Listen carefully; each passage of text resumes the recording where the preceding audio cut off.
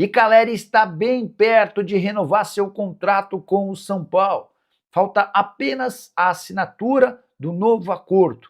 A diretoria do Tricolor chegou a um acerto com os representantes do argentino nas últimas horas. O novo contrato será estendido por 2 temporadas, prorrogáveis por uma terceira. Isso porque, se o Caleri disputar pelo menos 60% dos jogos nesse segundo ano de contrato, o vínculo é estendido por mais um ano. Atacante de 32 anos de idade que está na sua 6ª temporada da segunda passagem pelo São Paulo. 256 jogos no total pelo Tricolor, 91 gols marcados e 2 títulos da Copa do Brasil de 23 e da Supercopa do Brasil de 24.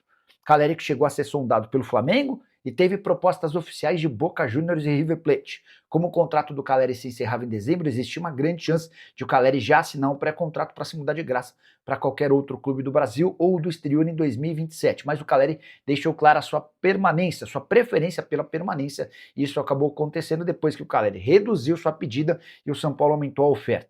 A torcida do Tricolor chegou a ficar ofendida com a pedida e as exigências do Caleri, que queria 1.800.000 por mês de salário, 9 milhões de reais de luvas e o pagamento dos 7 milhões de reais da dívida de forma emergencial, em no máximo um ano.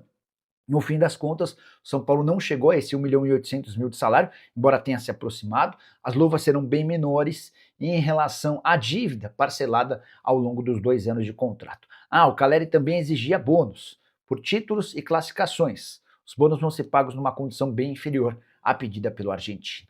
Continuando com as informações, rapaziada, David Neres está movimentando o mercado da bola. David Neres que inclusive cresceu, foi nascido e criado no bairro onde eu nasci, inclusive, tá? O São Paulo tá de olho, pois pode embolsar aí uma boa quantia, tá? O Galatasaray da Turquia demonstrou interesse na contratação do David Neres. Além do clube turco, o Cruzeiro, mais uma vez o Cruzeiro, estaria de olho na contratação. Informação a partir do jornalista turco Ekrem Konar. O São Paulo não tem mais parte aí dos direitos econômicos do atleta, mas tem direito pelo mecanismo solidário da FIFA que beneficia o clube formador do jogador, tá? São 3% que o São Paulo tem direito ali no valor total de uma venda. David Neres está avaliado em 23 milhões de euros, 138 milhões e 900 mil reais. Ou seja, se o David Neres for vendido nessa janela, o São Paulo deve embolsar aí uma boa quantia financeira, tá? Vamos aguardar.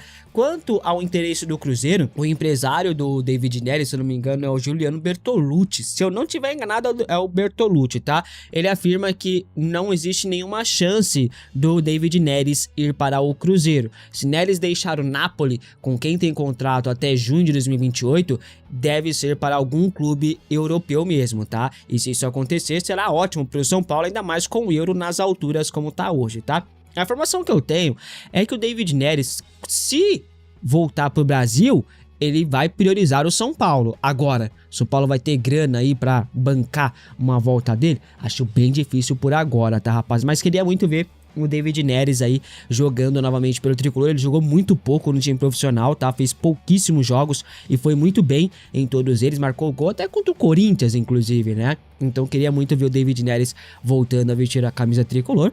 Até porque, né, ele nasceu, cresceu, foi criado aqui num bairro onde eu também nasci e cresci, né, então, uma alegria imensa ver um cara que saiu da onde eu saí praticamente, né, e tá no São Paulo, tá no Napoli, é um bagulho muito louco, né, o mundo é muito louco, mano. No caso, acha, Nicola, o São Paulo precisa ter um presidente tipo Paulo Nobre ou virar SAF, é um caminho ou outro, tá? Alanzinho e os Palmeiras no São Paulo é verdade, o São Paulo garante que não.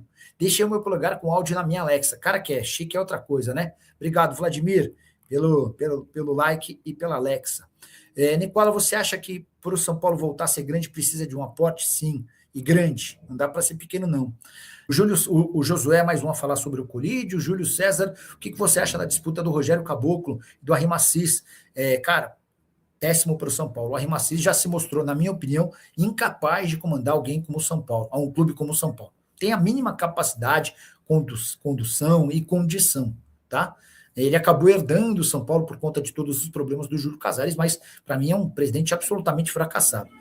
Rogério Caboclo teve enormes problemas na CBF. E eu até escutava boas referências em relação à forma como ele tomava as decisões. Era um cara elogiado na CBF e por gente que esteve trabalhando com ele. Mas foram algumas situações em que ele se colocou que causaram a sua expulsão, que eu acho que não combinam com o São Paulo. Tá bom? E aí, só para ler o que eu recebi de uma fonte hoje do São Paulo, quer ver? Ó? Deixa eu até buscar aqui. A pessoa estava me contando o seguinte, ó. A oposição quer lançar o Caboclo o mais cedo possível. Estão se ajustando com o grupo Legião do Belmonte para que o Vinícius Medeiros seja o vice. Tá? Então, Rogério Caboclo de candidato à presidência e o Vinícius Medeiros como vice. Mas o Belmonte continua falando com o Maciço como conselheiro político. Então tem essa incompatibilidade. Tá? Eu confesso que eu tinha certeza que o Vinícius Pinotti seria o candidato da oposição. Né? Não sei por que o Pinotti acabou abrindo mão dessa condição. O Renato SPFC Nicola, quando será a eleição para o novo presidente do São Paulo? Fim do ano. E há um movimento grande para que o Rogério Caboclo seja, de fato, o candidato à presidência do São Paulo. O Fagner H1, Casares expulso. O Casares renunciou ao seu status de conselheiro e, por consequência, se desligou do quadro de sócio. Mas tem um artigo no Estatuto do São Paulo que deixa bem claro que ninguém pode pedir para sair antes de ser punido. Você está correndo o risco de ser punido, você não pode sair para evitar a punição. Então, o São Paulo continuou o julgamento do Casares.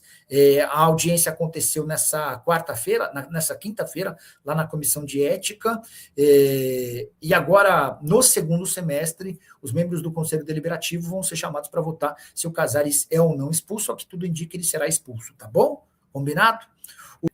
Nunca mais se falou do Marinacks no São Paulo. Vamos lá, Jota, explicar essa história. O Marinacks chegou a negociar a compra do São Paulo, a ideia dele era ter o São Paulo como um clube dele. Então, o Marinacks teria o Nottingham Forest, o Olympiacos, o Rio Ave e o São Paulo, tá? A negociação tinha avançado, mas faltava aprovação do Conselho Deliberativo. E o Júlio Casares percebeu que no Conselho Deliberativo não aprovaria. O que eles fizeram? Bom, então vamos trabalhar com uma outra alternativa, Marinacks? Vamos trabalhar com a venda da base. A gente arrenda a base para vocês colocam dinheiro, a gente desenvolve o jogador e vocês ficam com um percentual. Bora? Bora. Aí o Júlio foi tentar aprovar isso também no Conselho Deliberativo e percebeu que não teria aprovação. E foi aí, nesse contexto do Júlio tentando a fórceps transformar o São Paulo numa SAF, seja para o time principal ou para a base, que ele começou a cair.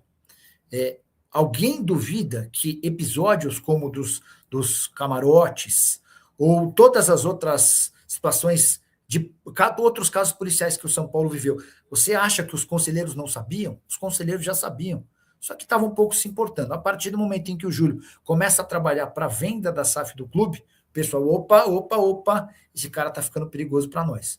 Precisamos tirar o Júlio Casares. Como é que a gente tira? Vamos mostrar ao público o que a gente sabe.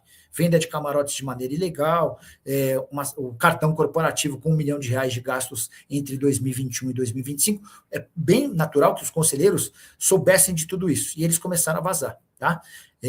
Só para vocês entenderem como SAF no São Paulo é algo meio proibido. Membros do conselho são radicalmente contrários. Por quê? Porque se o São Paulo vira SAF, todos esses conselheiros se tornam absolutamente inúteis. Eles passam a não ter nenhuma serventia no dia a dia do clube, tá bom? Raul Félix, Nicola, novidade do nosso tricolor. Não falaram mais da XP, da venda de poder construtivo do Morumbi e do SPFC Bank. Abraços. Bora lá. Começar por partes. XP não vai rolar. A XP ofereceu R$1,5 bilhão ao São Paulo por 30 anos, em forma de empréstimo, tá? Só que esse empréstimo teria juros de 1,1% ao mês e name rights envolvidos. Aí o São Paulo começou a fazer conta. Bom, se a gente quer um name rights de R$50 milhões por ano, essa é a pedida do São Paulo, tá? 50 vezes 30, 50 milhões vezes 30, R$1,5 bilhão. Então, o que a XP quer emprestar com juros de 1,1% ao mês é o valor dos name rights que eles querem de graça. Então, na verdade, os caras querem emprestar o dinheiro com juros altos e ainda ficando com os name rights. Aí o pessoal do São Paulo respondeu, vocês querem os name rights do São Paulo por 30 anos, vocês colocam esse R$1,5 bilhão e a gente não tem que devolver nada. Se tiver que devolver, a proposta está completamente descartada e, de fato, a proposta era ruim, tá? É que o número de R$1,5 bilhão dá a impressão de que você consegue resolver todos os seus problemas, mas a verdade é que depois, para devolver essa grana, o São Paulo ia se complicar pra caramba. Venda do poder construtivo do Morumbi. Na semana passada, eu fui o primeiro a informar que o São Paulo havia fechado com a Ticketmaster. A Ticketmaster, que é parceira da Live Nation, responsável pelos shows, Ticketmaster vai ser a responsável pelo programa de sócios torcedores e também por todos os tickets para jogos e shows do estádio, beleza? A Ticketmaster concorria com a Nilce. A Nilce, que é a responsável pelo facial do estádio do Palmeiras. A Nilce, a estimativa é de que o São Paulo fature, com o contrato da Ticketmaster, 250 milhões de reais em 5 anos. Com a Nilce, o São Paulo teria direito a mais ou menos 500 milhões de reais pelos mesmos 5 anos. Só que a Nilce fazia uma exigência que o Estatuto do São Paulo não permite que esse contrato fosse aprovado, que era, quer ver, eu vou até ler a expressão para a gente trazer direitinho, né? Que tem a ver com isso que você está falando, Nilce. Aqui, ó. O São Paulo tinha oferta de 500 milhões da Nilce, mas a empresa que cuida dos tickets no estádio do Palmeiras exigia o direito de superfície do Morumbi.